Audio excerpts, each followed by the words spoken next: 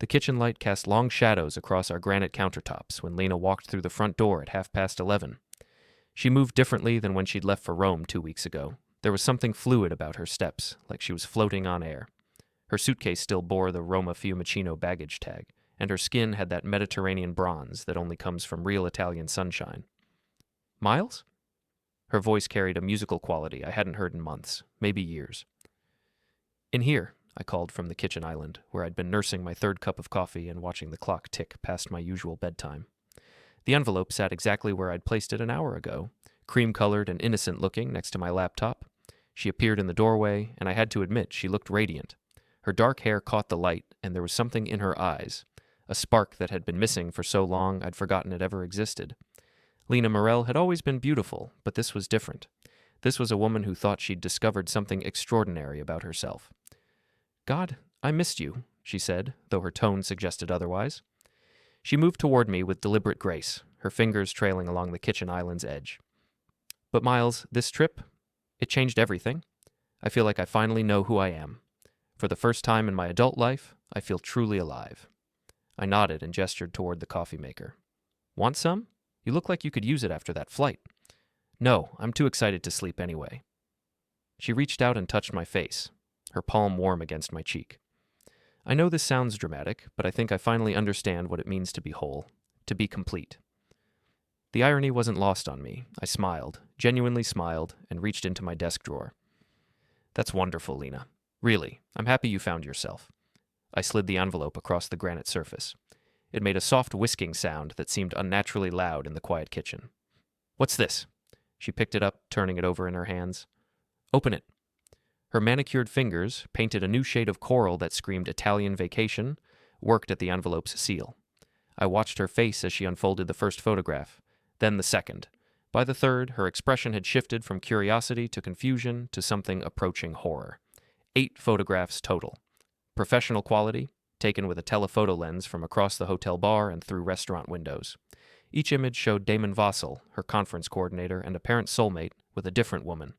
The blonde from Tuesday night's dinner, the redhead from Wednesday's cocktail reception, the twins who'd apparently shared Thursday evening's entertainment. "I don't understand," she whispered, but her voice suggested she understood perfectly. I reached across and tapped the corner of the first photo. "See the timestamp? Tuesday, March 15th, 9:47 p.m., Hotel Artemide Bar. That's the same night you texted me about the boring conference dinner you couldn't wait to escape." She flipped through the photos again, faster this time, as if speed might change what they showed. "The metadata's all there," I continued, pulling out a manila folder. "Hotel charges billed to Damon's corporate account. Room service for 2, charged to his room while you were supposedly at the pharmaceutical manufacturer's panel discussion. Spa treatments for his various companions, all on the company card." My voice remained steady, almost conversational. I'd practiced this moment for 3 days, ever since Ronnie had delivered the complete surveillance package. "Miles, I can explain. Can you explain this?" I slid the private investigator's full report across the granite.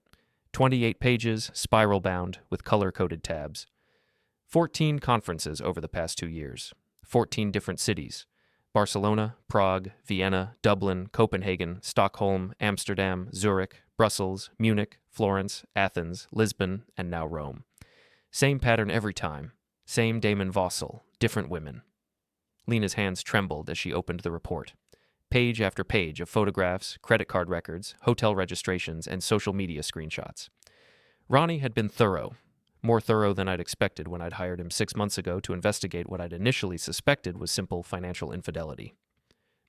"He runs these conferences like a traveling brothel," I said, my tone still eerily calm. "You're not special, Lena. You're not his soulmate. You're not even his favorite. You're just this month's Tuesday." She looked up from the report, her eyes wide. How did I get these?" I pulled out another folder, this one thicker. Turns out Damon's not as careful as he thinks. His Instagram location tags made it easy to track his travel patterns. His corporate credit card statements are part of his company's public financial disclosures. Pharmaceutical companies have to report executive expenses over certain amounts. And his various conference companions. They're not exactly discreet about their social media posts. I opened my laptop and turned the screen toward her. Facebook, Instagram, LinkedIn, Twitter, dozens of posts from women posing in hotel lobbies, conference rooms, and restaurants across Europe, all tagged with locations that matched Damon's travel schedule. all time-stamped during his various business trips. 6 of them contacted me after I reached out through social media, I continued. Turns out they'd all had the same experience. Same lines about finding themselves, same promises about leaving their wives, same sudden disappearance after the conferences ended, same untreated medical condition that he failed to disclose to any of them. That got her attention. What medical condition? I reached into the folder and pulled out a manila envelope marked Confidential Medical Records. Legally obtained through spousal privilege laws, Damon's clinic visit from 18 months ago, the diagnosis, the prescription he never filled, the condition he's been spreading to unsuspecting women across 2 continents. Her face went pale beneath the Italian tan. I've already scheduled your appointment, I said, sliding a medical appointment card across the granite. Tomorrow morning, 9 a.m., Dr. Patricia Henley at the University Health Center. She's discreet, professional, and she already knows the situation. Lena stared at the appointment card like it might bite her. Miles, please, let me explain. Explain what? That you thought you were special? That you believed his story about never feeling this way before? That you actually thought a man who runs pharmaceutical conferences for a living had suddenly discovered true love with a woman he met at a hotel bar? I stood up and walked to the kitchen window, looking out at our perfectly manicured suburban neighborhood. Every house dark except for the occasional porch light. Everyone asleep except for the husband who'd spent the last 6 months documenting his wife's affair with a serial predator. The really interesting part, I said without turning around, is the pattern. Damon doesn't just cheat, he systematically targets married women at professional conferences. Women with careers, women with something to lose, women who are unlikely to cause problems when the conference ends and he disappears. I turned back to face her. But he made one mistake with you, Lena. He chose the wrong man's wife. The kitchen fell silent except for the hum of the refrigerator and the distant sound of a car passing on the street outside. Lena sat frozen at the island, the photograph spread before her like evidence at a crime scene. There's more, I said, reaching for the final folder. But I think that's enough for tonight. You look tired. She opened her mouth to speak, but no words came out. Oh, and Lena? I paused at the kitchen doorway. I've moved my things to the basement guest room. Given the circumstances, I thought separate bedrooms would be appropriate, at least until we know the results of your medical tests. I left her sitting there surrounded by the evidence of her betrayal, the photographs scattered across the granite like broken pieces of the life she'd thought she was building with someone else. From the basement, I could hear her crying, soft, desperate sounds that might have moved me 6 months ago. Tonight, they sounded like the beginning of justice. My phone buzzed with a text message from Ronnie. Package delivered. Phase 2 ready when you are. I typed back, give me 24 hours. The real revenge was just beginning. The next morning, I sat in my office at the university's IT department, surrounded by the familiar hum of servers and the blue glow of multiple monitors. My official title was Network Security Director, but most people just knew me as the guy who kept the campus computers running and occasionally recovered professors' lost research papers. It wasn't glamorous work, but it had its advantages, especially when you needed to conduct discrete digital investigations. My phone rang at exactly 9:15 a.m. Miles Harren. It's Dr. Henley. Your wife's test results will be available this afternoon, but I can tell you now that your precautionary testing came back negative. Whatever exposure risks you were concerned about, you avoided them. Thank you, Doctor, and Lena. I'll need to speak with her directly about her results, but Miles, you were right to be concerned. The line went quiet for a moment. I've been practicing medicine for 23 years, Dr. Henley continued. I've seen this pattern before. Men who deliberately expose multiple partners to treatable conditions because they enjoy the power dynamic. Your wife is going to need treatment, but more importantly, she's going to need support. She'll get the treatment, I said. The support is negotiable. After ending the call, I opened my secure email and reviewed the messages that had accumulated overnight. 6 women from 3 different continents, all responding to my carefully worded inquiries about their experiences with Damon Vossel and the various pharmaceutical conferences he'd organized over the past 2 years. The first response came from Jennifer Walsh in Dublin. Miles, thank you for reaching out. I wasn't sure anyone would believe me about what happened in Barcelona. Damon told me he was getting separated from his wife, that he'd never felt this way about anyone before, that the conference was just the beginning of something beautiful. Then he disappeared the day after it ended. I found out later I wasn't the only one. There were at least 3 other women at that same conference who had similar experiences. I'd be happy to participate in whatever legal action you're planning. The second was from Christina Anderson in Copenhagen. I've been wondering when someone would finally investigate this man. He's been running the same con for years. I have emails, text messages, hotel receipts, medical records, everything you'd need to establish a pattern of deliberate deception. My attorney says we might have grounds for a class action lawsuit if we can find enough victims willing to come forward. The third was the most interesting, from Hazel Trayvon in Boston. Miles, I'm Damon's wife. Or rather, I was until 6 months ago when I filed for separation. I've been documenting his behavior for over a year, collecting evidence for our custody battle. I have financial records, travel itineraries, medical records, recorded phone conversations, and testimony from 12 different women across 8 countries. I think we should meet. I stared at that last email for a full minute. Damon's wife, soon-to-be ex-wife, had been conducting her own investigation. She had resources I couldn't access, evidence I couldn't obtain, and most importantly, she had legal standing to pursue remedies that would be impossible for me as a third party. My phone buzzed with a text from Lena. At the doctor's office. We need to talk when I get home. I typed back, I'll be here. But I wouldn't be waiting passively. I opened a new email and began typing, Hazel, thank you for reaching out.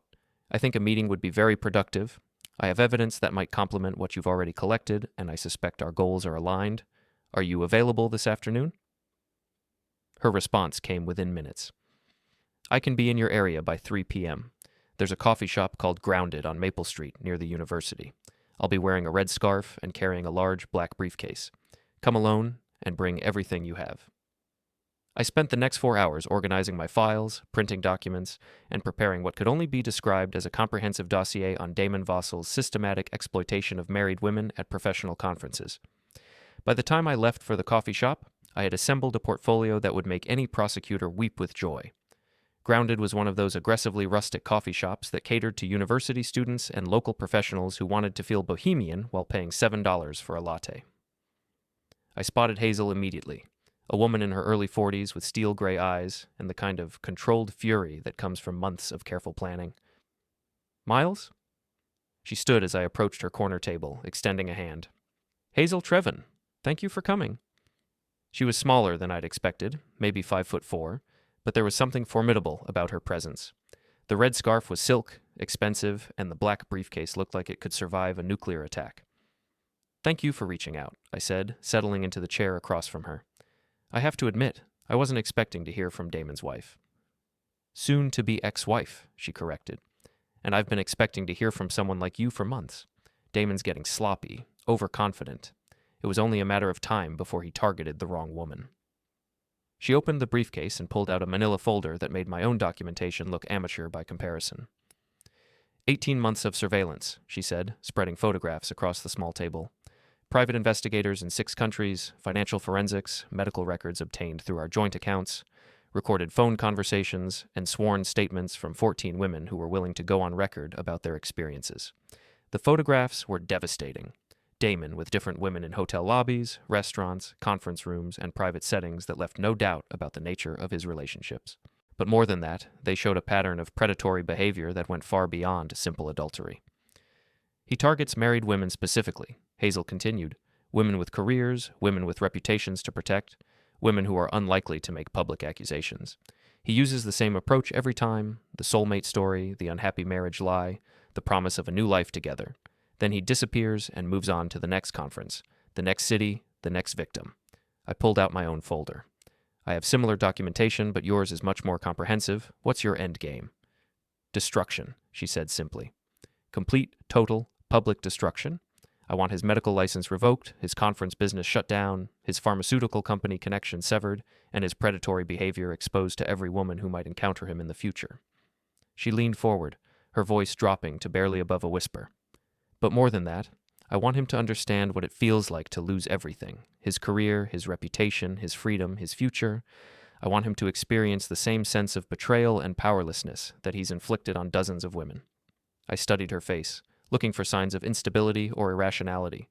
Instead, I saw the cold, calculated fury of someone who had been systematically building a case for months. What do you need from me? I asked. Your wife's testimony, her medical records, her communications with Damon, and most importantly, her willingness to participate in a class action lawsuit that will make national news. She pulled out a business card and slid it across the table. Catherine Morrison, attorney specializing in cases involving systematic fraud and exploitation. She's been waiting for enough victims to come forward to make a federal case. I looked at the card, then back at Hazel. You've been planning this for a long time. 18 months, she confirmed. Ever since I found the first hotel receipt and realized what my husband was really doing at these conferences. I could have divorced him quietly, taken half his assets, and moved on with my life. Instead, I decided to make sure he never has the opportunity to hurt anyone else. My phone buzzed with another text from Lena. Just left the doctor's office. Coming home now. Please don't leave. I showed the message to Hazel, who smiled for the first time since I'd sat down. Perfect timing, she said.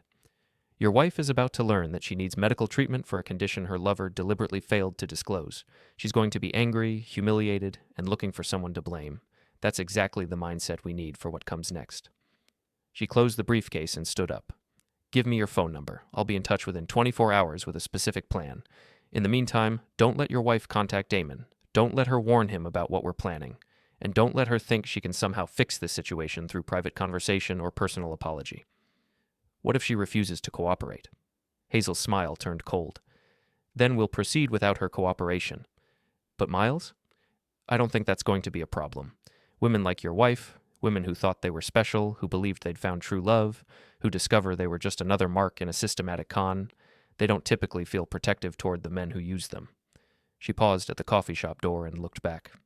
Your wife thought she was having a love affair. She's about to learn she was the victim of a crime. That changes everything. I sat alone at the table for another 20 minutes, staring at the attorney's business card and thinking about the conversation I was about to have with Lena. When I finally drove home, I found her car already in the driveway and the living room lights on. Time for phase 2. I found Lena in our living room, still wearing the clothes she'd put on for her doctor's appointment. She'd been crying, her makeup was smeared, and there were tissues scattered across the coffee table. But there was something else in her expression that I hadn't expected. Rage. You knew, she said without looking up when I walked through the front door. You knew what the test results would show before you made that appointment. I hung my jacket in the front closet and sat down in the armchair across from her. Yes. How long have you known? About Damon's medical condition, 6 weeks. About your affair, 6 months. About the systematic pattern of women he's been infecting across 2 continents, 3 weeks. She finally looked at me, and I could see she was struggling to process the scope of what I'd discovered. Dr. Henley says it's treatable, she said quietly. Antibiotics for 10 days, follow-up testing in 6 weeks. But Miles, she also said that based on the timeline, Damon had to have known he was carrying this when he deliberately exposed you to a transmitted infection without your knowledge or consent, I finished. Yes, he knew. He's known for 18 months. He's been systematically infecting women at conferences across Europe while refusing treatment that would eliminate his ability to spread the condition. Lena's face went white. That's criminal. In most jurisdictions, yes. Deliberate transmission of transmitted infections without disclosure is considered assault. In some states, it's a felony. I reached into my briefcase and pulled out the folder Hazel had given me. There are 14 other women who can make the same claim. 14 other women who trusted him, who believed his lies about love and soulmates and new beginnings, and who discovered afterward that they'd been deliberately exposed to a treatable condition that he refused to treat. She opened the folder and began reading. I watched her face change as she processed the scope of Damon's systematic predation. This woman in Barcelona, she said, pointing to one of the statements. She says he told her the exact same story, word for word. The same lines about never feeling this way before, the same promises about leaving his wife, the same disappearing act after the conference ended. They're all the same story, I said. Same script, different cities, different victims. You weren't special, Lena. You were a mark. She continued reading, her anger building with each page. This one from Stockholm. He gave her the same bracelet he gave me. The same supposedly unique piece of jewelry that was supposed to symbolize their special connection. I pulled out my phone and showed her a series of Instagram photos I'd screenshot. He buys them in bulk from a jewelry wholesaler in Milan. 24 identical bracelets, each supposedly one of a kind, each given to a different woman with the same story about how it reminded him of her eyes. Lena stared at the photos, then at the bracelet on her wrist. With a sharp motion, she yanked it off and threw it across the room. I need to call him, she said, reaching for her phone. I need to confront him about this. No. I reached out and took the phone from her hands. You don't. Miles, he lied to me. He used me. He deliberately put my health at risk. I have a right to... You have a right to justice, I interrupted. but calling him accomplishes nothing except warning him that we're onto his pattern. Right now, he thinks you're just another conquest who'll quietly disappear when the conference high wears off. Let him keep thinking that. I handed her another business card. Catherine Morrison, attorney specializing in systematic fraud and exploitation. She's been building a federal case against Damon for months, waiting for enough victims to come forward. Lena looked at the card, then back at me. Federal case? Interstate commerce, systematic fraud, deliberate transmission of infectious disease across state and international borders. The FBI is already interested in his pharmaceutical conference business. Turns out some of his corporate sponsors have been paying for more than just educational seminars. Her phone buzzed with a text message. I glanced at the screen and saw Damon's name. What does it say? She asked. I read the message aloud. Missing you already. Can't stop thinking about Rome and what we started there. When can we meet again? Lena's face hardened. He sent the same message to the woman from Prague. Word for word. It's in her statement. Probably sends it to everyone, I said. Standard post-conference follow-up to keep the victims emotionally invested while he plans his next move. My phone rang. The caller ID showed Hazel Trivon. It's Damon's wife, I told Lena, the woman who's been building the case against him. Lena's eyes widened. Answer it. I put the phone on speaker. Hello, Hazel. Miles, I hope I'm not interrupting, but I wanted to give you an update. Catherine Morrison reviewed the evidence package we discussed, and she's ready to file the federal complaint. She needs statements from at least 3 additional victims to meet the threshold for a class action suit. I looked at Lena, who nodded grimly. Hazel, I'm here with my wife. She just received her medical test results, and she's ready to cooperate fully with the investigation. Lena? Hazel's voice softened slightly. I know this is overwhelming. I know you're probably feeling humiliated and angry and confused. But I want you to understand something. You're not responsible for what happened to you. Damon is a predator who systematically targets vulnerable women. Nothing about this is your fault. Lena wiped her eyes. How many of us are there? 14 confirmed victims over the past 2 years. But Catherine thinks there are probably more. Women who haven't come forward yet, women who don't realize they're part of a pattern, women who are too embarrassed or afraid to report what happened. What happens to him? Lena asked. If we file this lawsuit, if we press criminal charges, what happens to Damon? Everything, Hazel said simply. He loses his medical license, his business, his pharmaceutical industry connections, his reputation, his freedom. The criminal charges alone could result in 5 to 10 years in federal prison. The civil lawsuit will bankrupt him, and the public exposure will ensure he never has the opportunity to hurt anyone else. Lena was quiet for a long moment. When she finally spoke, her voice was steady and cold. I want to destroy him. Good, Hazel said, because that's exactly what we're going to do. Catherine wants to meet with both of you tomorrow morning. Can you be at her office at 10 a.m.? I looked at Lena, who nodded. We'll be there, I said. After ending the call, Lena and I sat in silence for several minutes. Finally, she looked at me with an expression I hadn't seen in years.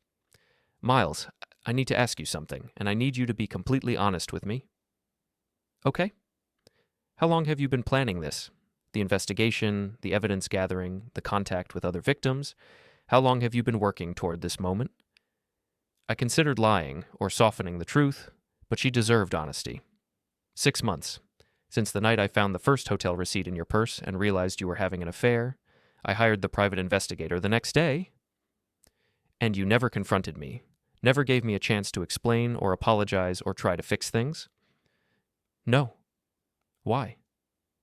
I stood up and walked to the window, looking out at our neighborhood. Normal houses with normal families dealing with normal problems.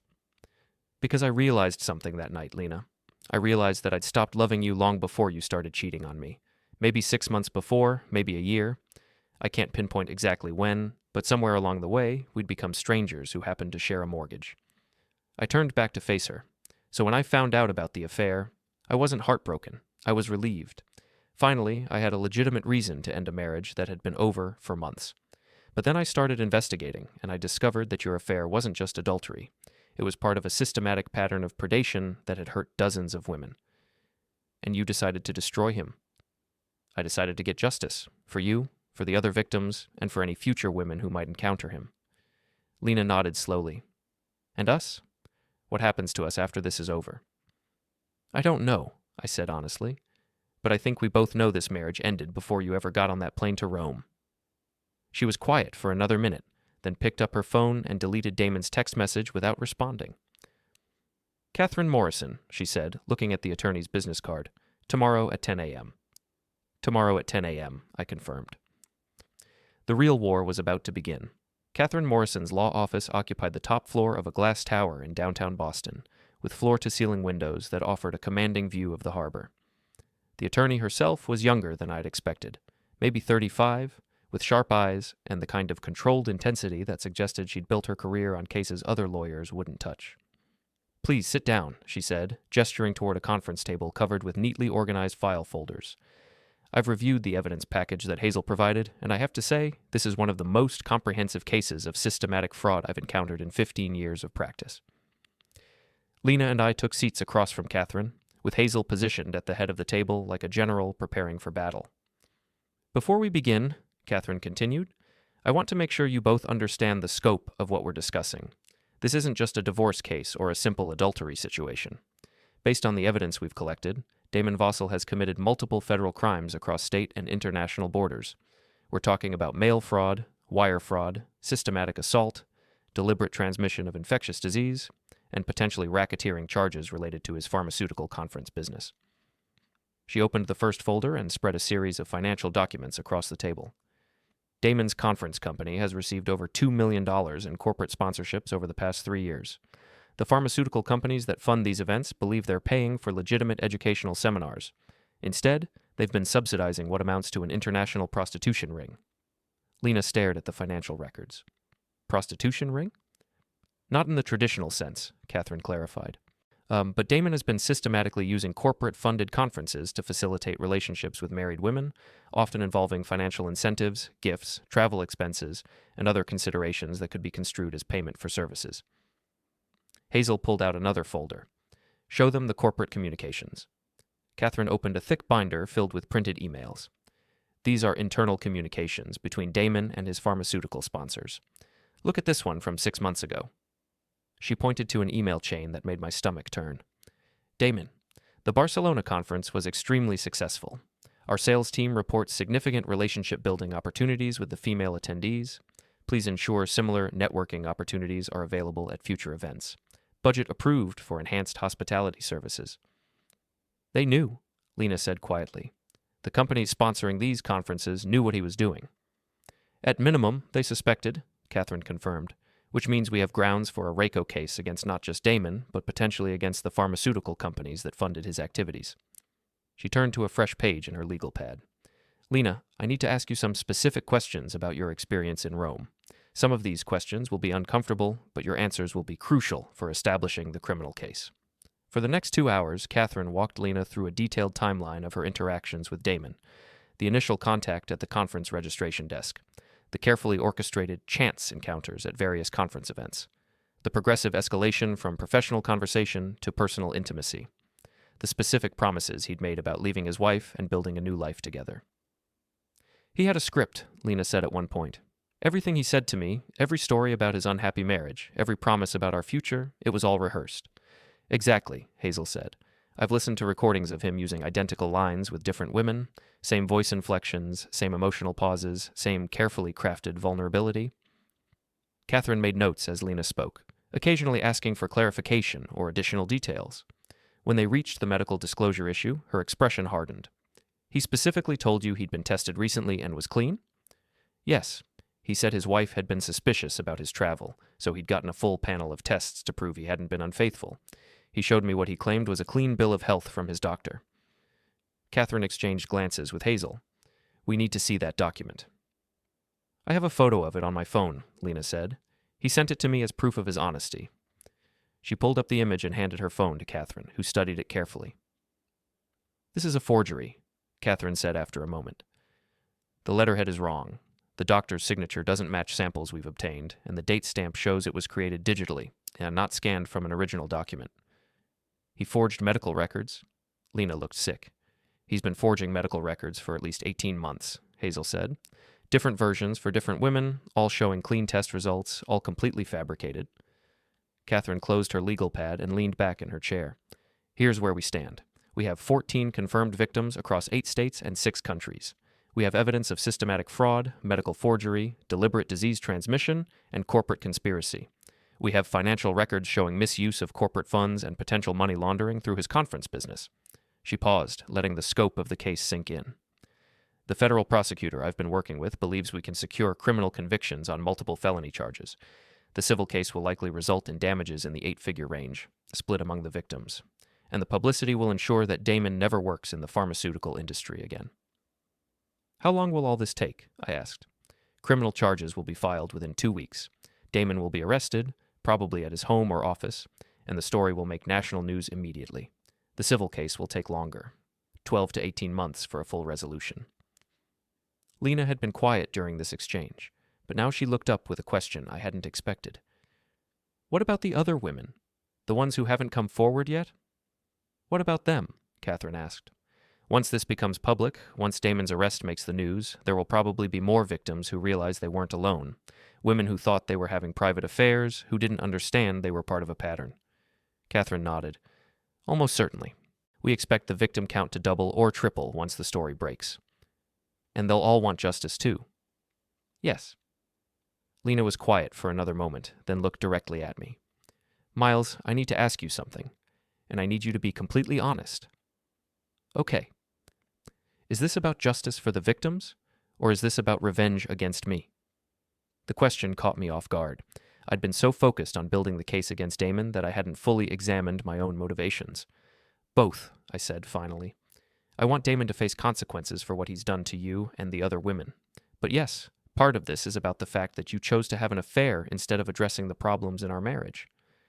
And if I had come to you 6 months ago and told you I was unhappy, that I felt disconnected, that I was thinking about having an affair, what would you have done? I considered the question seriously. I don't know. Maybe we would have tried counseling. Maybe we would have separated amicably. Maybe we would have worked things out. But you don't think so? No, I admitted. I don't think so. I think we've been over for a long time, and neither of us wanted to admit it. Lena nodded. So this case, this justice for Damon's victims, it's also our divorce. Yes. Catherine cleared her throat. I don't mean to interrupt this conversation, but we need to discuss next steps. Lena, are you prepared to give a formal statement to federal investigators? Are you prepared to testify in criminal proceedings? Are you prepared for the media attention that will come with this case? Lena looked at me, then at Hazel, then back at Catherine. Yes, she said firmly. I want to stop him from hurting anyone else. Catherine smiled for the first time since we'd arrived. Good, because we're going to destroy him. As we left the law office, I realized that the marriage between Lena and me had officially ended in that conference room. Not with anger or recrimination, but with a shared commitment to ensuring that Damon Vossel would never have the opportunity to hurt another woman. It wasn't the ending I'd imagined when I first discovered her affair, but it was the ending we both needed. The reckoning was coming.